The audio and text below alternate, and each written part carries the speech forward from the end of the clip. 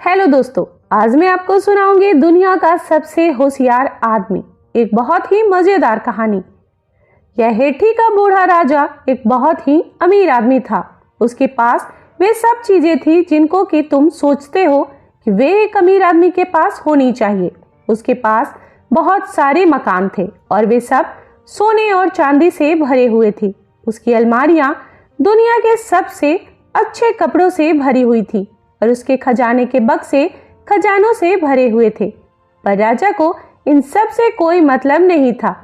केवल एक ही चीज थी जो उसको खुश करती थी और वह थी उसकी पालतू बच्ची भेड़। उसके साथ वह ऐसे खेलता था जैसे उसकी अपनी बच्ची हो। हालांकि यह राजा का अपना काम नहीं था, पर फिर भी वह उस बच्ची भेड़ को अपने हाथों से नहलाता, उसके बालों में कंघी करता और उसको रिबन लगाकर सजाता। यह काम उसके लिए वह हर रोज करता था और इसमें कोई शक नहीं, क्योंकि यह सब काम राजा को खुशी देता था। तो उस बच्ची का नाम जॉय पड़ गया। वह राजा के दिल को बहुत ही खुशी देती थी, पर इसके साथ ही राजा के दिल में एक डर भी था कि कहीं उसकी खुशी के साथ कोई भयानक घटना न घट जाए। राजा को यह भी पता था कि अगर कोई इतना अक्लमंद था जो उसकी खुशी को उसी के सामने से चुरा लेता, तो वह केवल टीम एलिस हो सकता था, क्योंकि वही एक था जो दुनिया का सबसे होशियार आदमी था। और टीम एलिस भी यकीनन यह जानता था कि कैसे मुसीबत में पड़ा जाता है और फिर कैसे उससे बाहर निकला जाता है। अगर राजा की जॉय को कुछ हुआ तो समझो कि टीम एलिस की आफत आ गई। टीम एलिस को यह बहुत अच्छी तरह से पता था कि राजा के पास एक मैरी लिटिल लैम्प थी जो बहुत ही मोटी और नरम थी। साथ में उसको यह भी पता था कि वह राजा की बहुत लाडली थी। पर टीम एलिस को यह भी पता था कि उसको बच्चे का भेड़ का मांस बहुत अच्छा लगता था। सो पहले उसके अपने दिल में और उससे भी ज्यादा उसके पेट में यह इच्छा थी कि वह उस बच्ची भेड़ को चुरा ले। सो एक दिन उस चालाक टीम एलिस ने निश्चय किया कि वह इसके बारे में कुछ न कुछ करके रहेगा, फिर राजा के लिए कोई खुशी नहीं रहेगी। और फिर उसने यही किया। इससे पहले कि तुम 1 2 3 गिनो, 1 2 3, वह बच्ची भेड़ उसकी रसोई में हाजिर थी। वह उसके बर्तन में थी और फिर उसके पेट में थी। जब टीम एलिस ने उस मेमने का आखिरी कौर भी खा लिया तो वह अपनी कुर्सी पर बैठ गया और अपने पेट पर हाथ फेरने लगा। आज तो वह वाकई में जॉय से भरा हुआ था। राजा के महल में न तो कोई खुशी थी न ही जॉय। राजा चिल्लाया, मेरी जॉय कहाँ है? उसने अपना सारा घर ढूंढ लिया, सारा बगीचा ढूंढ लिया, नौकरों ने भी चारों तरफ ढूंढ लिया, पर जॉय का कहीं पता नहीं था। राजा ने तो अपने पलंग के नीचे भी देख लिया। उसको वहां जॉय का एक रिबन मिला, पर जॉय नहीं मिली। उसको यकीन हो गया कि जरूर ही उसके साथ कुछ भयानक घट गया है। जब एक नौकर को एक और रिबन शाही बगीचे से दूर जाने वाले रास्ते पर पड़ा मिला, तो राजा को विश्वास हो गया कि अब उसकी जॉय कहीं नहीं मिलने वाली। उसने तुरंत ही अपने नौकरों को हुक्म दिया कि वे जादू करने वाले पुजारी को बुलाकर ले आएं। अगर मेरी जॉय का पता लगाने का कोई तरीका है तो केवल वह जादू वाला पुजारी ही बताएगा। यह जादू करने वाला पुजारी देश का सबसे अच्छा जादू करने वाला था। सो अगर कोई जॉय के बारे में कुछ बता सकता था तो वह यही आदमी था और कोई नहीं। इस पुजारी ने आकर राजा को शांत किया और बोला, राजा साहब आप चिंता ना करें, मैं चोर का पता लगा लूंगा, पर मुझे इसके लिए एक मोमबत्ती, कुछ पैसे और एक बर्तन पानी चाहिए। उसकी बात सुनकर राजा बहुत खुश हुआ। तुरंत ही राजा के नौकर उसकी मांगी हुई चीजें लाकर वहां हाजिर हो गए। उसने मोमबत्ती जलाई, पैसों से एक कांस बनाया और पानी से भरा बर्तन अपने सामने रख लिया। फिर उसने कुछ जादू किया। आखिर उस पुजारी के चेहरे पर एक मुस्कान दौड़ गई और फिर जल्दी ही गायब हो गई। वह बोला, मुझे बहुत अफसोस है राजा साहब कि आपकी जॉय मर गई है। किसी ने उसे चुरा कर खा लिया है। राजा चिल्लाया, क्या? यह किसने किया? मुझे बताओ, किसने मेरी जॉय को चुराया है? किसने मेरी जॉय को खाया? वह आदमी अब उसके साथ दूसरा कौर नहीं खाएगा। पुजारी ने राजा को शांत किया। राजा साहब, मैं आपको चोर का नाम तो नहीं बता सकता, पर आपको इतना जरूर बता सकता हूँ कि वह दुनिया का सबसे होशियार आदमी है। उम्मीद है आप समझ गए होंगे कि वह कौन है। राजा बुदबुदाया। हाँ, मैं समझ गया। राजा चिल्लाया, ओ चौकीदारों, टीम एलिस को मेरे पास लेकर आओ। उसको मेरे पास जंजीरों से बांधकर ले आओ। अभी के अभी लेकर आओ। चौकीदारों का सरदार बोला, जी राजा साहब, पर आपको तो मालूम है कि टीम एलिस एक बहुत ही चालाक है। उसको पकड़ना आसान नहीं है। हमने उसको पकड़ने की पहले भी कई बार कोशिश की है, पर उसको कभी पकड़ ही नहीं पाए। राजा ने उन सबको चेतावनी दी, पर इस बार पकड़ कर नहीं लाओगे तो तुमको पता है उसके बजाय मैं किसको जेल भेज दूंगा। अब चौकीदारों का सरदार सब लोगों में सबसे ज्यादा होशियार तो नहीं था, पर वह यह जरूर जानता था कि राजा किसके बारे में बात कर रहा था। उसको यह भी पता था कि किसी को भी नाराज नहीं करना चाहिए। सो वह राजा के सामने सारे चौकीदारों को लेकर उस चालाक टीम एलिस को ढूंढने के लिए चला गया।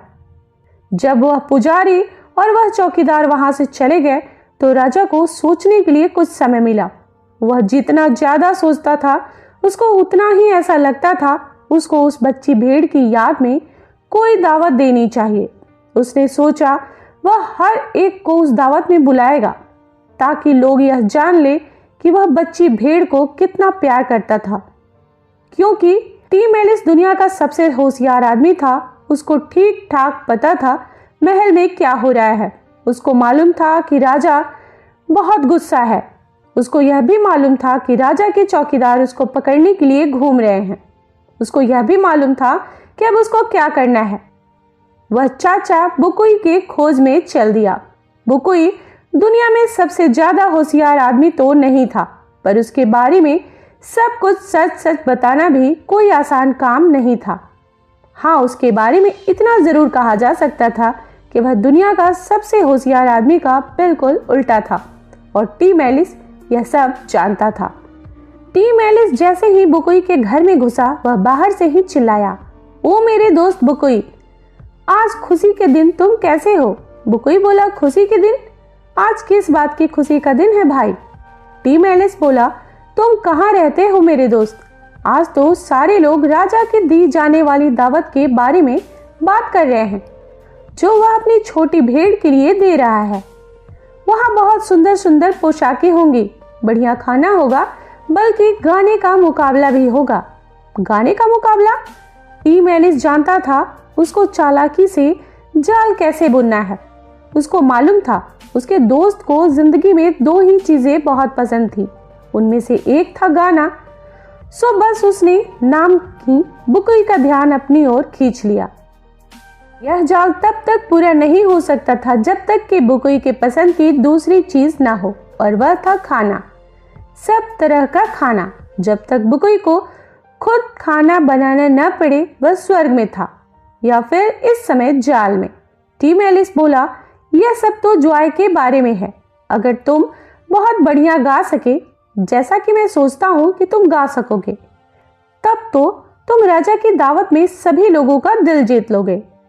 हाँ बुकुई, मैंने सुना है जीतने वालों को 3 बकरे, भेड़े, 1 सूअर और 1 इनामी बैग मिलेगा।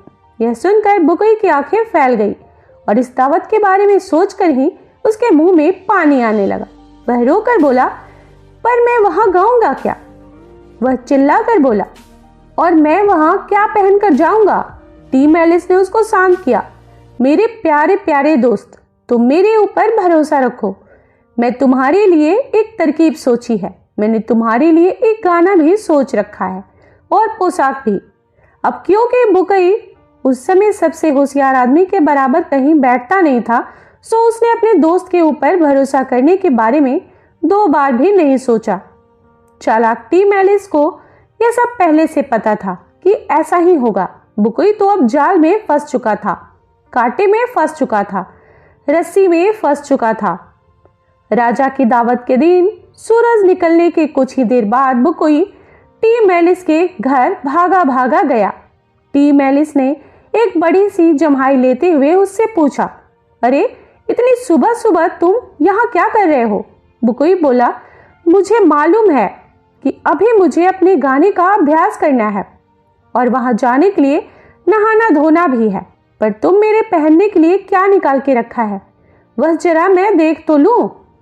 टीम एलिस बोला, मेरे दोस्त बुकुई, मैंने तुम्हारे लिए इस मौके के लिए बहुत ही बढ़िया कोट निकाल कर रखा हुआ है, क्योंकि यह दावत भेड़ के लिए है, तो क्यों ना तुम भेड़ की खाल का यह कोट पहनो। उसको देखकर बुकुई की सांसें ही रुक गई। वह बोला, यह तो बर्फ की तरह सफेद है और इस पर सुंदर रिबन भी लगे हुए हैं। टीम एलिस मुस्कुराकर बोला, हाँ, यही एक ऐसा कोट है जिसको राजा जरूर देखेगा, पर यह तो जीतने की केवल आधी ही तरकीब है। मैं तुम्हारे गाने के बोल भी सोच लिए हैं कि तुम यही गाना गाओगे। जैसे ही बुकुई ने उस गाने के बोल पढ़े, गुस्से की एक लहर उसके चेहरे पर दौड़ गई। वह बोला, इन बोलों के बारे में मैं कुछ नहीं कह सकता।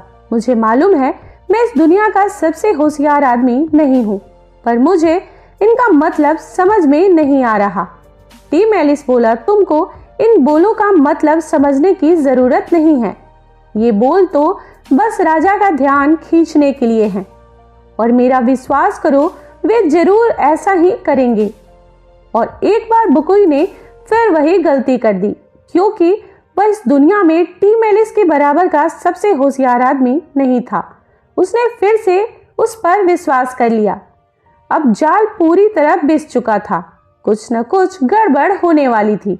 हालांकि दोनों ने उस दावत में एक साथ जाने का प्रोग्राम बनाया हुआ था, पर जब बुकुई राजा के महल में पहुंचा तो टीम एलिस का कहीं पता नहीं था। वहां बहुत सारे खास लोग आए हुए थे, राजा भी था, पर बुकुई सबको छोड़ते हुए खाने की मेज की तरफ बढ़ गया।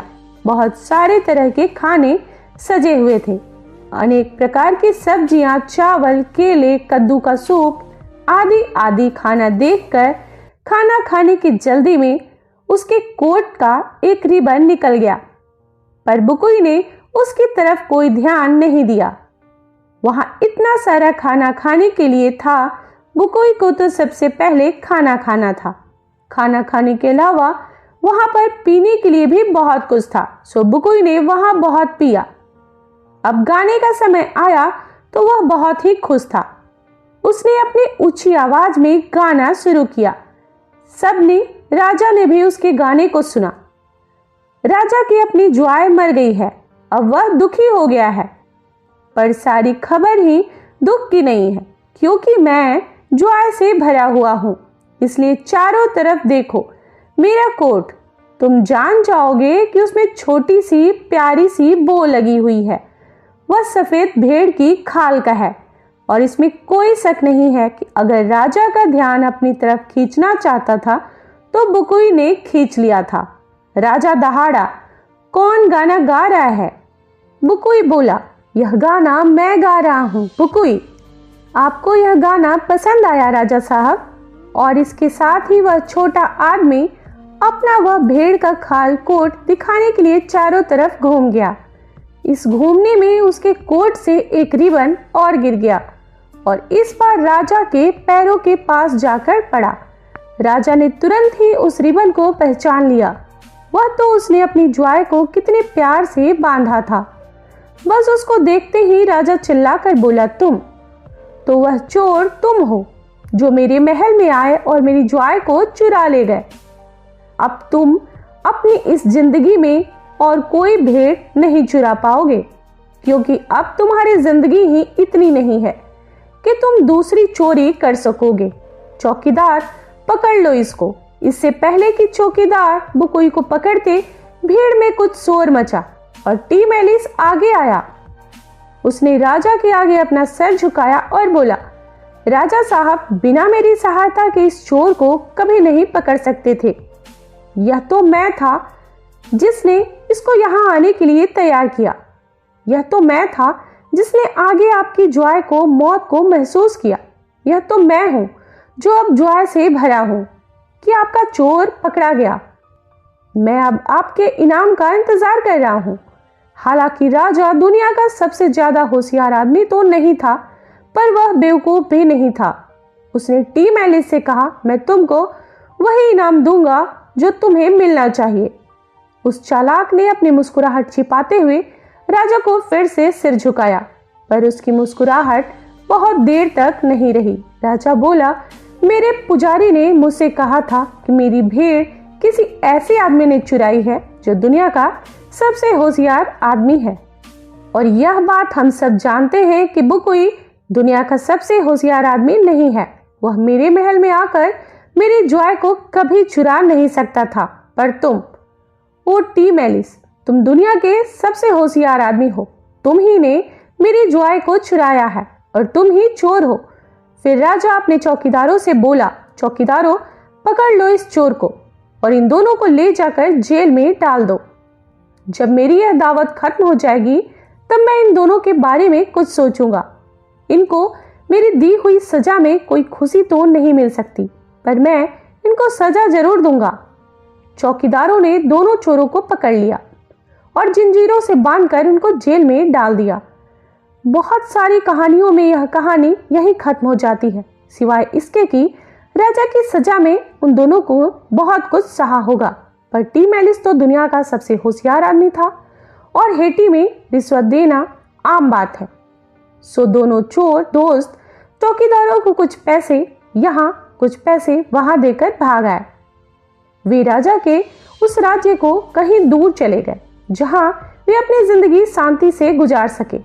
जब वे जेल से भाग रहे थे तो बुकुई बोला, यह आखिरी बार है टीम एलिस जब मैंने तुम्हारी बात मानी है। यह मेरा पक्का वायदा है और अगर तुम सोचते हो उसने अपना वायदा निभाया होगा तभी तुम दुनिया के सबसे ज्यादा होशियार आदमी हो। धन्यवाद दोस्तों।